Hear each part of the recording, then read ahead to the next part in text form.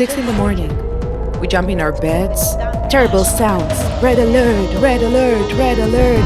Just like that, again and again and again, without stopping. Boom, boom, boom, boom. It just continued like that. I open my messages and I see countless messages of people asking for help. That terrorists are trying to infiltrate. They are shooting at the house, unlocking rooms, trying to break into homes. We have a security camera at home. We see them on the phone. He looks and says, they're coming in. We look and we can see the terrorists breaking in through the window. We can also hear their noises. This is it. They have entered our house.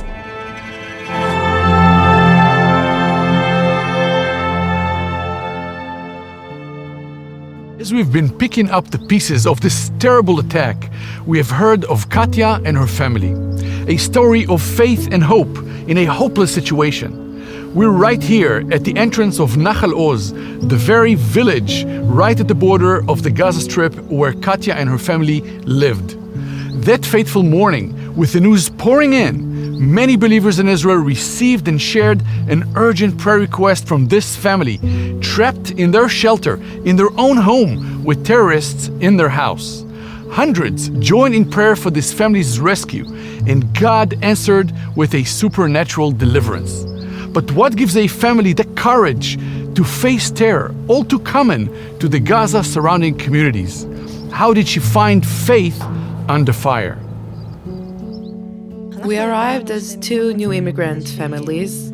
We began studying Hebrew. Dima started working at the cowshed. This is how our lives began. Studying and working a little. It was very difficult to come to such a small kibbutz without the language too. The first steps were not easy. 2 weeks after we arrived, the first mortar fell on the kibbutz. That was actually the beginning of the Intifada. Tanks and gunfire. That was the first shock I got when I suddenly understood where I was. My first question to God was, why am I here?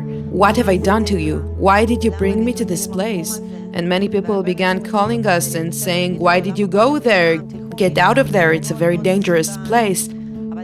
Actually, it was my husband who said, no, we came here and we're staying here. Only after some time, I understood that God wants us there. He chose a place for us that we would be on the border of Gaza, that we would be like watchmen of the borders. All these years, we went through a lot. We had mortar bombs, Qassam rockets. They started fires in our fields. There were terrorists that tried entering through the tunnels. I think the most difficult operation was in 2014, which created a huge crisis in the kibbutz. One day in August, which was actually during a ceasefire, a mortar fell next to a house. One family with small children didn't get to their safe room in time, and the small child was killed by shrapnel that penetrated the door.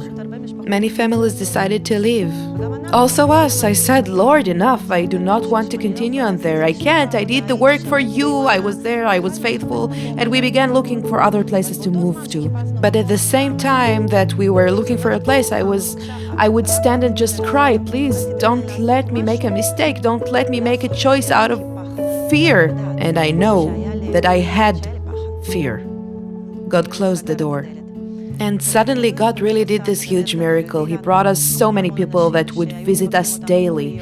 It gave us hope. It gave us light. It healed our hearts. It gave us joy to return, and it gave us strength to continue on.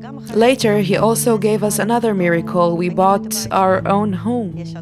So now we have a country, we have a home, and we are connected to this place. We love this place. We want to raise our children there. Yes, they went through traumas and difficulties, but they still chose to stay on the kibbutz with us.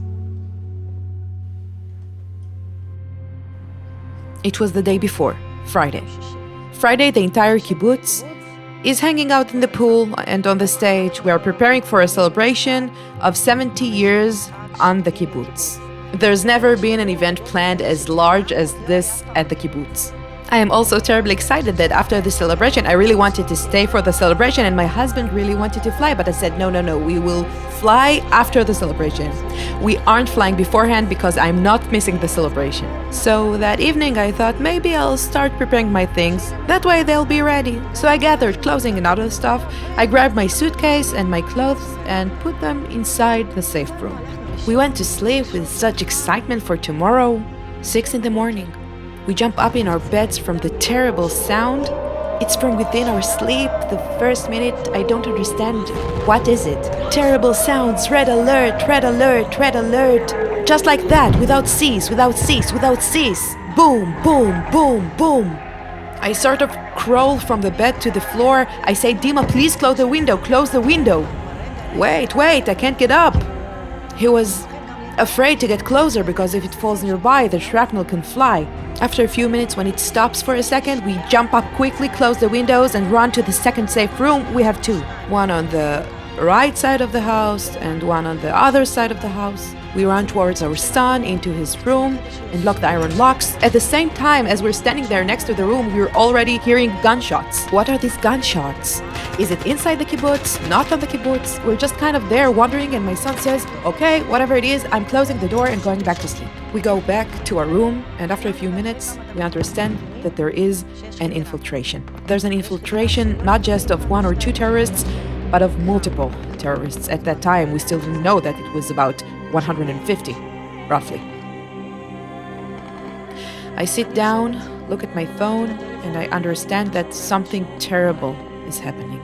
Not just rockets, not just mortar bombs falling on the whole country, there was also a terrorist infiltration on the entire border with Gaza. What do we do? What is the first thing every believer is supposed to do? We lift our hands. Abba, what is happening? Bless us, bless our nation, bless our army. You know what is going on. And I ask from God that He would hide us, that He would confuse the terrorists so they can't carry out their plans, that He would destroy their plans. So I continue like that in prayer. After that, I felt that God did something special with me. Suddenly I felt that I am on duty in the army, and now I need to turn off all my emotions. I don't feel, I need to function. I need to be strong. And He surrounded me with His presence. That's how I continued on. I opened my messages and see countless messages of people asking for help, that terrorists are trying to infiltrate homes, that they are shooting at houses, they are unlocking rooms, trying to break into homes. People are screaming for help and constantly asking, where is the army? Where is the army? Where is the army? At the same time, I received a message from my son Danny, who was in the area of the Nova party. He wasn't inside the party, but he was in the area. What to do? I'm on duty, so I know what to do. I sent angels there. Please, angels, go there and take him to a safe place. Please cover him that he would be hidden. And I just don't feel fear. That was an absolute miracle for me. We couldn't report in our apps that usually work. It's an app that they gave us for emergencies. It did not work. Telephones didn't work. There was hardly internet. Whoever had a router in their safe room had internet. So Danny, with his 3 friends, were there, many terrorists there, and my son in the other safe room can't come to me because we're all afraid to leave. We understand that they simply took over the kibbutz. At that time, people start sending me messages, so I tell them, please pray. There are terrorists here. After we had already left and a few days went by, I saw just how many people this messages has reached. The spiritual army of the Lord, my big family here in the land and all around the world, they just got up and began to war. That's His army. And the Lord told me later on, to all my children, I am drafting them into my army. There is no more time to sleep. You need to take up your weapon and fight over Israel, over my nation. You all need to fight. You need to stay alert. We are very much in the end times. We are in very special days. He wants to awaken His people throughout the entire world. At 11 in the morning, we see on our camera We have a security camera outside, which we can watch from our room. He looks and says, "They're coming in." I move to the floor, I sit in the corner next to the closet, and I say quietly, "Please pray, the terrorists are inside our house." I've lived there 22 years, and from my experience, if there is a single terrorist or even a dog gets close to the fence, by 10 minutes there will be soldiers everywhere. They'd have stopped them, helicopters in the air. But there's nothing, I don't know. It's just completely out of the norm. So I write, let's pray, let's repent, because again, it's very important to pray and to ask for forgiveness. And if something happens now, you will know for certain that we will meet in heaven. Because if we're with Him, if we're in faith, not alive or not death, we'll be with Him. We'll always be with Him. And I see that my children starting to write. My eldest son is located in a different house. He writes, "Mom, I love you. Dad, we love you both." And Yoni says, "Mom, what are we going to do?" I said, "Everything is okay. God is with us." And he continues to write, "Please be with me. Be in touch with me." I said, "Everything is okay. Breathe." I see them and I sort of feel them getting closer to the door. And for a moment I felt, okay, this is it. They're going to enter, break through the door, and they're going to shoot us. So I thought, okay, they'll shoot and then we'll go straight to heaven. For just a moment I felt the moment of leaving this world. But the other part of me felt, how can this be? You are His daughter, a daughter of God. All these years He told me, you stay here, you be faithful, and I will be faithful. All these words, all His promises that He gave through His word, what is written in the Bible, it's not just words. It's not a book that you can read and just forget. This book is one that we take, we eat it, and the words become flesh, something strong, something that works, something that's active. I simply declare His words. I said all of these things and I felt it working. According to my dear husband's face, I saw that something really terrible is happening. Because for me, I can feel, but also can't feel anything. He is sitting next to me, and he is just in a state in my life, in our 30 years together, I've never seen him like that. They're approaching. We hear them coming towards our room. We can hear them, but they don't touch the door. We wait for them to start to try to open the door, and silence. Nothing happens. Exactly a half hour ago, I get a message from my neighbor that lives next door. They're trying to get into my safe room. She keeps sending these messages. And many people sent messages that they're trying to break into their safe room. Essentially, the safe room is the first place that they try to break into. That's what happened in Kibbutz Be'eri and Kibbutz Kfar Aza. They would place an explosive charge and simply blow up the doors. They would throw grenades, they would take tires, light them on fire and throw them inside the house. And here they stood, but they never touched the door. We see on the camera that they start going to the other way, towards Yoni's room. I write, Yoni, they're coming towards you, everything is okay, just breathe, God is with you. Don't move, don't do anything. Mom, what should I do? Don't do anything. They start opening the doors. They open doors of room on the way, closets, everything. They approach his door, stand there, but they do not touch the door. What is this? What is this? Only after we had already left and some time had passed, I kept going over and over it and saying to myself, what was that? And I saw how they came right up to the door, and it's like they didn't see it. They saw a white wall there, but didn't see the door. God's presence was so strong, the fear of God, I think it just so completely engulfed them that they didn't succeed. They didn't manage to do anything. Also later, when we reviewed what they did in the camera footage, they were in our house, they were sitting there on the couch, they were going around, but it's like they were disoriented. Even when they left, they forgot their bullets. The entire case of bullets they forgot on our table. I thought, wow. Only at 2 p.m., the first soldiers arrived. They entered our home, and suddenly we heard Hebrew. Wow, what a great joy it was. First, they scanned the house, and only afterwards they allowed us to go outside a little. We requested help from them to get our son out of his room. It was difficult for him to open the door, so hard. He was so afraid. When he finally opened it, he saw all the blood on the floor. He thought something had happened to one of us, so he ran and just... We had such an incredibly long, deep and strong hug. I've never had such a hug in my life. When he came to our room, he opened up his Facebook and saw that two of our families, the terrorists had taken them, broken into their phones and were doing a live stream, filming them. These were dear families that were right next to us, just 3 rows away. I thought, no, I don't believe it, this can't be, but it was so. Later, we learned that an entire family was murdered. A few others they kidnapped. By 9 or 10 in the evening, the evacuation operation began of all the kibbutzes. That was also an extremely difficult operation. They opened up homes and evacuated people from their safe rooms.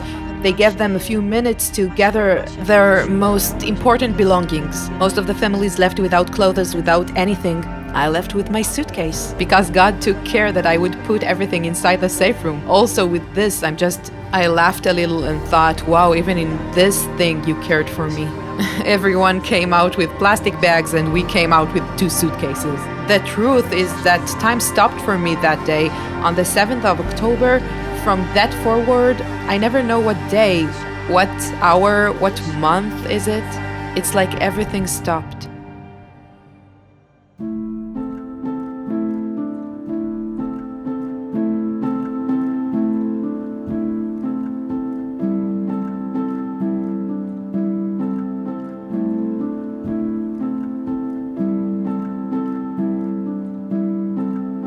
I haven't been here since the 7th of October. How much time has passed? A month and a half? I'm so excited to see my house and the area. Now they've opened up the possibility to come home, visit, and take a few things. So I want to use this opportunity because I don't know what will happen on Sunday after the ceasefire ends. None of us knows when we are going to return. Do we have a home or not?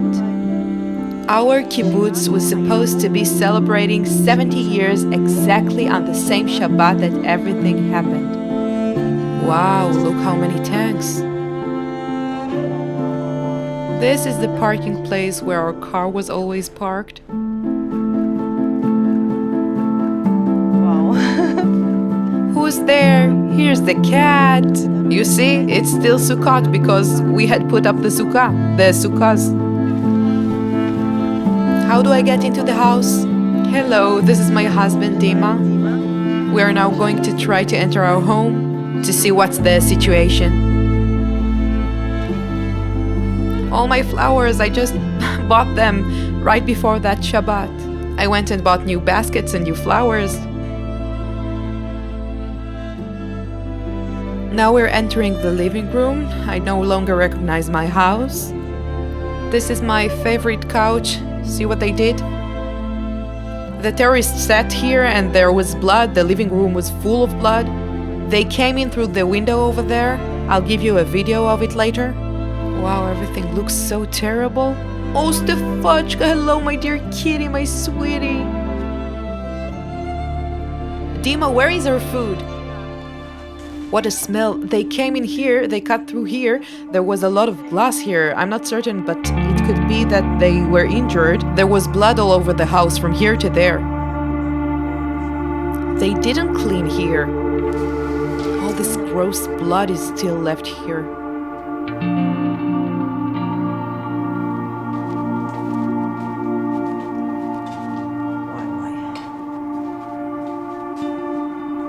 He was sitting here in the room. We began to hear gunfire from the Kalashnikovs.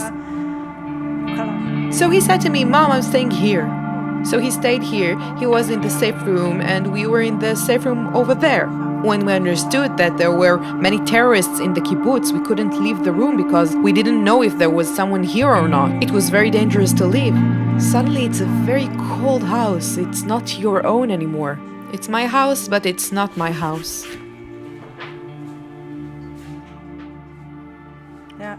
That's us, the whole family in 2015. Me, Dima, Daniel, Yoni, and Nikita. Now I think, what if we don't come back? What will we do? What will happen? What's the future?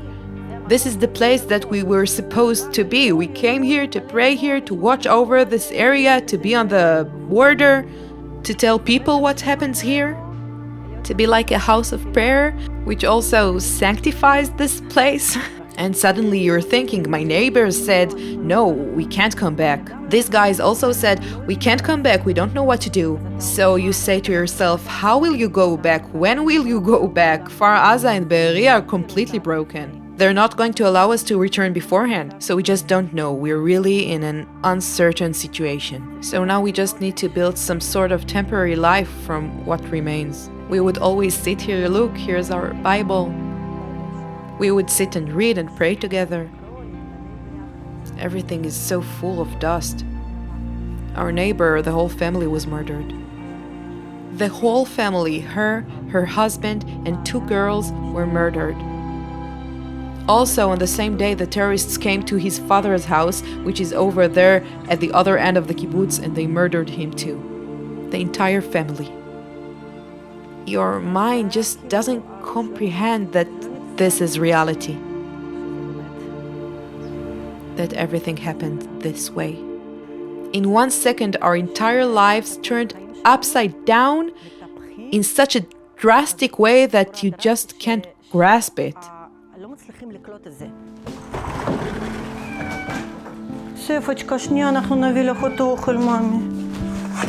See what we did here? At the end, when we were able to leave the room when the soldiers arrived, I asked my husband to remove the door handle just in case. What did they do in Be'eri and Kfar Aza? They would put something here and explode the doors. Here is where we spent almost 24 hours.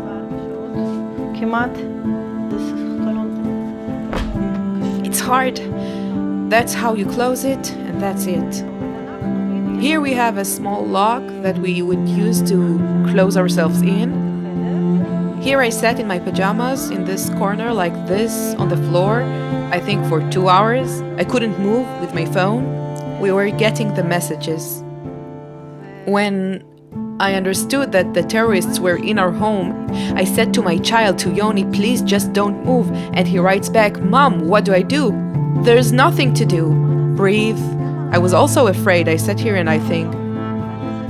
I see them on the security camera on Dima's phone. And I think, this is it? Okay, fine, now they're going to come in, kill us, and we'll go to heaven. I say to the kids, come, let's pray together. Even if something happens, we'll meet in heaven.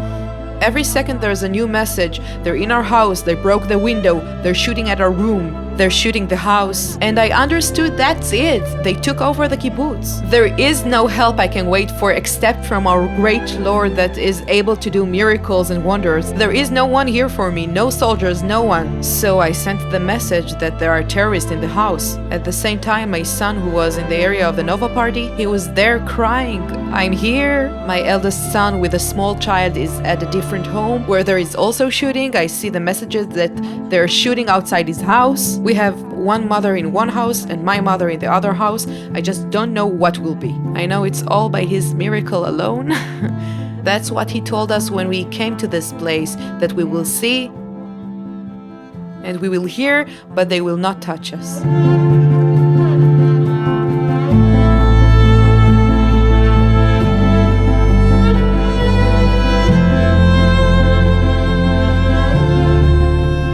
At 2 o'clock in the afternoon, the soldiers arrived, so we got up and left from here.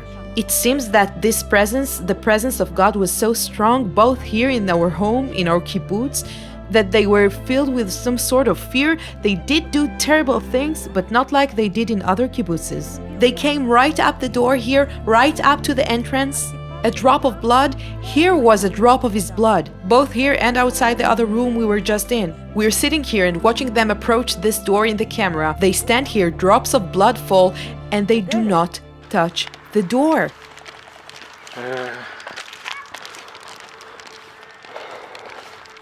Это что, все простреляно? Over here a mortar fell.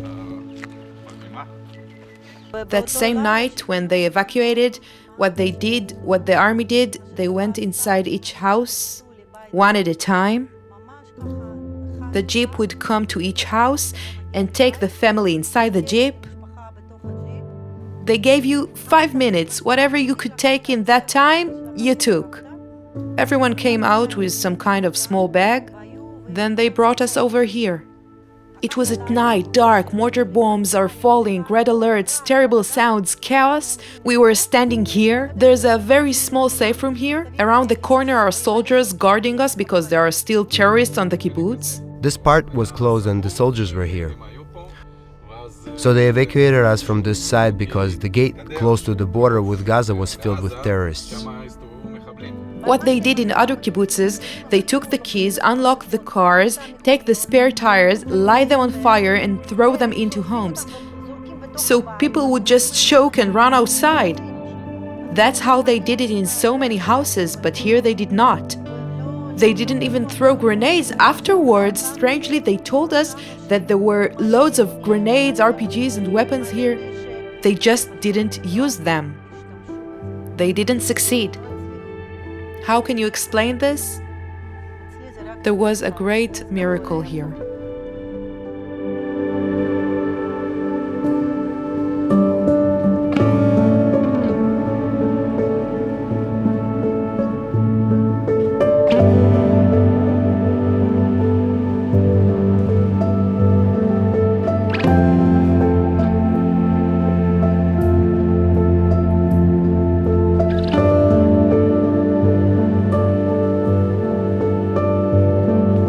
This is the visitors center where I worked. Let's go inside and see. That's the new pergola they built a week before everything happened. Wow, it's open. Wow. Want to see a video about the kibbutz? So here people would come and we would present a video for them. Wait. Ah, it works. Hold on, look.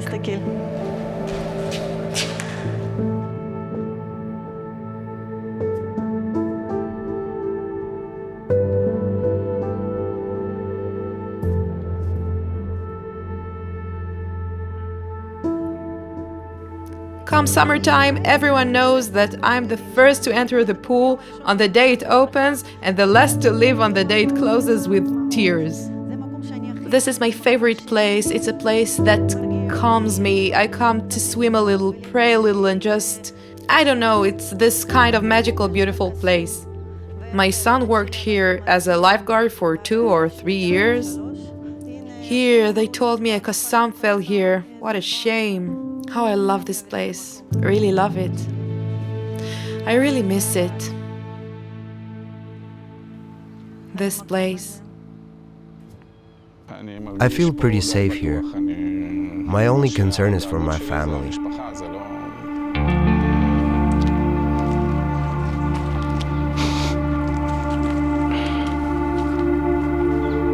You can renovate them, you can build them anew, you can change things inside, like that. To do general renovation, to change it completely. That's what my wife said, that we need to repaint the walls, at least in the safe room, so it won't remind her of this day. We all forget things, but a day like this is impossible to forget. The hardest questions that people really love to ask now are, what's next? Will you go back? And how are you? These are the hardest questions. How are you? Great, fine, we're alive. But you can't say that it's okay. Look what is happening. It's not over. How many people are suffering? How many people lost their loved ones? How many people are still there in Gaza? And what will happen with them? How is it possible to say everything's fine? So it's a very hard question. I decided that for me, I'm not answering this question now. How will I go back and to where will I go? I know it really hurts me to see all the people that are trying every day to get an answer to this question, what are we going to do? The families with children that simply don't know. They built their homes there, they took mortgages and built their futures, they sow their futures in Nahal Oz. This question is so very difficult. What will happen? To build your life over again in a place that's essentially destroyed? How can you? Next to you is your friend's house and now the entire family is gone. I decided to do this. I'll live each day. I'll do what he wants. A week after we left the kibbutz, he told me, I want you to go and speak. Go and tell the story. About something like this, you cannot be silent. You can't not react now. The world needs to know. People need to know what happened. So I say it like this. I have a day. Thank you. I'll do what you want. I'll be where you want me to be. We can kind of feel like his disciples. They have no home. They have no work, but they go each day to the place that God wants them to go, so we go, we are given a place to live, something to eat, something to wear. He provides everything, He cares for every little thing. It will be hard for me, but if He tells me to go back, I'm going back. It's hard for me to think about going back there, and it's hard for me to think that I'm not going back there. That's it. That's how it ends. But it's not over. That's how something else begins. It's something that will affect so many people for a long time. It's not a simple event at all. It's an event that is supposed to awaken many people. It was a miracle that Katya and her family are with us today to share their testimony of God's miraculous power in the darkest days. As of the making of this film, there are still more than 100 hostages held in Gaza, and it is our hope and prayer that all of Israel will have their sons, daughters, fathers and mothers, and brothers and sisters returned. This conflict is far from over, and the task of rebuilding is great. But as we've seen with Katya's story, we need the prayers and support as the body of Messiah for God's protection and restoration. As Ephesians 6:12 says, "For we do not wrestle against flesh and blood, but against principalities, against powers, against rulers of the darkness of this age, against spiritual hosts of wickedness in the heavenly places." Katya's resolve and faith under fire is an inspiration to us. And in the days ahead, we need the body of Messiah united in the gospel, standing as one with our people. So I invite you to put your spiritual armor and join us as we stand as one for Israel.